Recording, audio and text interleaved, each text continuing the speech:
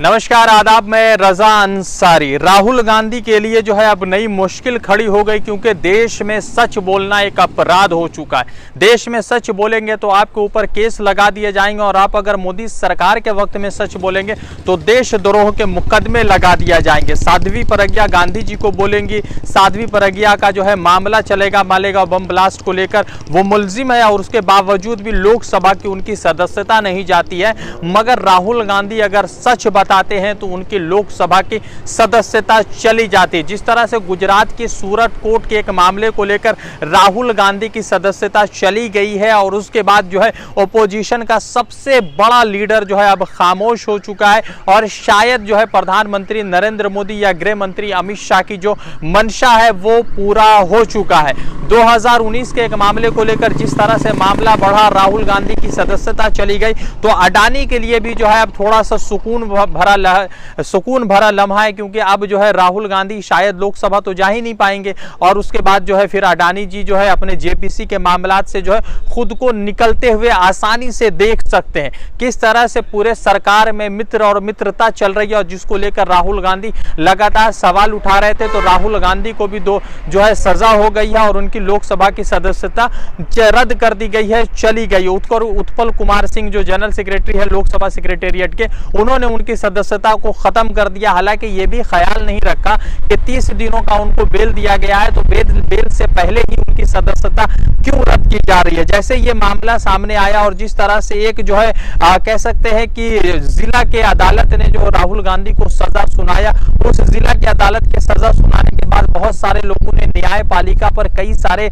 गंभीर आरोप लगा दिए। तो कई सारे लोगों ने कहा है कि ये सारा षड्यंत्र चूंकि सूरत से शुरू हुआ है, तो सूरत में जो है भाजपा सरकार की उसमें बीच में जो है कह सकते हैं कि मुदाखलत है, या बीच में जो है शामिल होने की बात चल रही है। अब आपको बताते हैं कि जैसे ये फैसला सामने आया, राहुल गांधी को डिस्क्वालीफाई कर दिया गया, लोकसभा जो है सदस्यता उनकी रद्द कर दी गई, तो कई सारे लोगों ने बड़ा महत्वपूर्ण सवाल उठाया। विपक्ष के तमाम बड़े लीडरों ने अपनी अपनी राय रखी। तो उसी बीच जो है उद्धव ठाकरे ने कहा कि देश में जो है डेमोक्रेसी का मर्डर हो रहा है, देश में डेमोक्रेसी का मर्डर कर दिया गया। दूसरी तरफ जो है ट्विटर पर काफी सारे लोगों ने लिखा कि प्रधानमंत्री नरेंद्र मोदी ने भारत को पाकिस्तान बना दिया, क्योंकि वहां भी लोगों की सदस्यता चली जाती है और यहां भी लोगों की सदस्यता चली जाती है। केजरीवाल ने लिखा कि अगर ओपोजिशन के लीडरों के खिलाफ इस तरह की कार्रवाई होगी तो फिर ओपोजिशन जो है सवाल कौन उठाएगा और जवाब कौन देगा। फिर ममता बनर्जी ने लिखा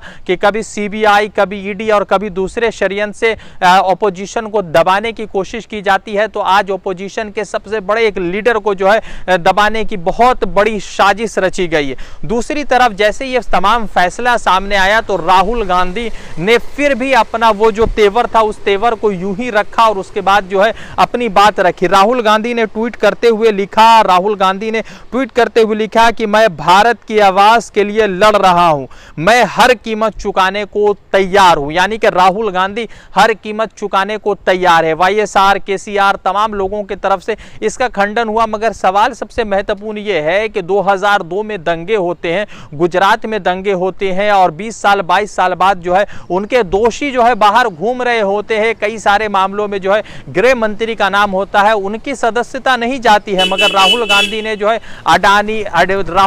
अडानी पर सवाल पूछ लिए, ललित मोदी पर सवाल पूछ लिए, नीरव मोदी पर सवाल पूछ लिए, तो उस पर जो है राहुल गांधी की सदस्यता चली जाएगी। अगर झूठ बोलना अपराध है, तो प्रधानमंत्री नरेंद्र मोदी ने भी 2014 में 15 लाख का झांसा दिया था, फिर उसके बाद कहा था कि हम जो है काले धन लेकर आएंगे, फिर कहा था कि हमें नोटबंदी करने दीजिए, हम जो है 50 दिनों के अंदर अगर नोटबंदी अगर सफल नहीं होगी तो आप मुझे रास्ते पर जो है गोली मार दीजिएगा। ये तमाम तरह की बातें चल रही थी, मगर अब सभी लोग जो है खामोश है और कोई कुछ बोलने को तैयार नहीं है। भाजपा खेमे में राहुल गांधी के इस सदस्यता रद्द होने के बाद खुशी की लहर है, क्योंकि वही एक व्यक्ति था जो जेपीसी पर तमाम विपक्षी दलों को लेकर जो है आवाज उठा रहा था, बात कर रहा था। अब बात कौन करेगा, क्योंकि राहुल गांधी जो है अब कुछ दिनों तक पार्लियामेंट नहीं जाएंगे। हालांकि कांग्रेस ने कहा है कि वो इसको पॉलिटिकल तरीके से भी और जो है न्यायपालिका के तरीके से इन तमाम मामले को देख रहे हैं, मगर महत्वपूर्ण ये है कि आखिर किस तरह से डेमोक्रेसी डेंजर में है और सभी जो है लोग तमाशाई बने पड़े हैं, किसी को कोई फर्क नहीं पड़ रहा है। ट्विटर पर कुछ लोगों ने लिखा है, तमाम लोगों से बात करेंगे। हालांकि इस पूरे मामले में जो है इस पूरे मामले में राजस्थान के मुख्यमंत्री अशोक गहलोत ने कहा है कि जिस तरह से राहुल गांधी का फैसला आया है, यहाँ पे तानाशाह चल रहा है। कई सारे लोगों ने प्रधानमंत्री नरेंद्र मोदी और नॉर्थ कोरिया के जो प्रेसिडेंट हैं किम जोंग उन से दोनों का तुलना कर दिया, तो कई सारे तरह की बातें जो है सोशल मीडिया पर चल रही है। अशोक स्वयं लिखते हैं सोशल मीडिया पर कि जिस तरह से राहुल गांधी के डिस्क्वालिफिकेशन की बात आई, प्रधानमंत्री नरेंद्र मोदी ने भारत को पाकिस्तान बना दिया है। शशि थरूर ने भी अपनी प्रतिक्रियाएं दी। फिर उसके बाद केसीआर ने कहा कि जिस तरह से राहुल गांधी को डिस्क्वालिफिकेशन किया गया है, यह प्रधानमंत्री नरेंद्र मोदी का एरोगेंस और डिक्टेटरशिप को दर्शाता है। उसी बीच जो है जयराम रमेश ने जो है तमाम तरीके से कहा है कि यह डेमोक्रेसी का ओम शांति चल रहा है, यानी ओम शांति ओम हो चुका है। संजीव भट्ट की तरफ से भी जो है मतलब उनकी बीवी जो है श्वेता जी की तरफ से भी जो है ये तमाम तरीके के मामलात को लेकर भी जो है वो किया गया है, मतलब चिंता जाहिर की गई है। विजेंद्र सिंह ने अपनी मतलब के ट्वीट करते हुए लिखा है कि स्टे स्ट्रॉन्ग राहुल गांधी।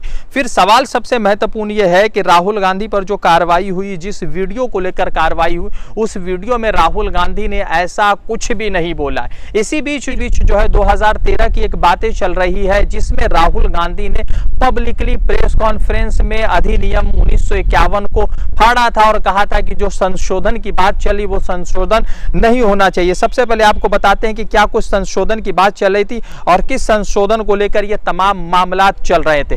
2013 में सुप्रीम कोर्ट द्वारा एक फैसला सुनाया जाता है जिसे lily Thomas versus union of India के नाम से जाना जाता है। उसमें जो है सुप्रीम कोर्ट जो है एक 1951 के कानून में, जिसमें किसी अगर लोकसभा या विधानसभा या राज्यसभा के किसी भी मेंबर को जो है अगर 2 साल की कन्विक्शन होता है तो 3 महीने के लिए उनके पास जो उच्च न्यायालय में जो अपील करने का समय होता है, तो उसी बीच वो ऑफिस जा सकते थे, ऑफिस आ सकते थे।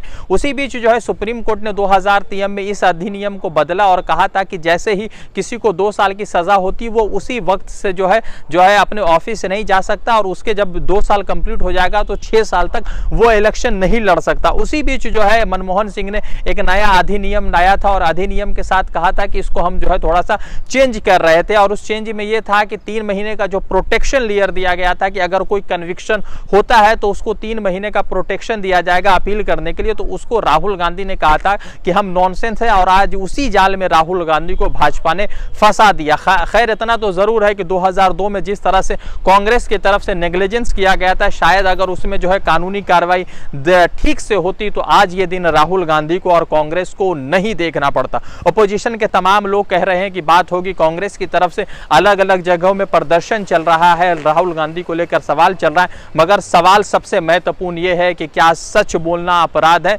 और अगर सच बोलना अपराध है तो इस जगत में जो है कई सारे लोग अपराधी हैं, क्योंकि कई सारे लोगों ने कभी 24 मार्च की कहानियां देखी है, कभी नोटबंदी के लिए सड़कों पर खड़े रहते हुए अपनी बेबसी को देखा है। तो अब देखना यह है कि अब हिंदुस्तान का लोकतंत्र जो है किस तरह से और कमजोर होता है और किस तरह से सत्ता पक्ष के लोग तमाम तरीके से राहुल गांधी को खामोश करने की कोशिश करते हैं।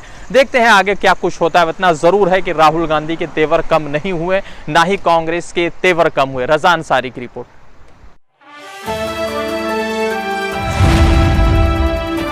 द इंडियन खबर, सच आपके सामने।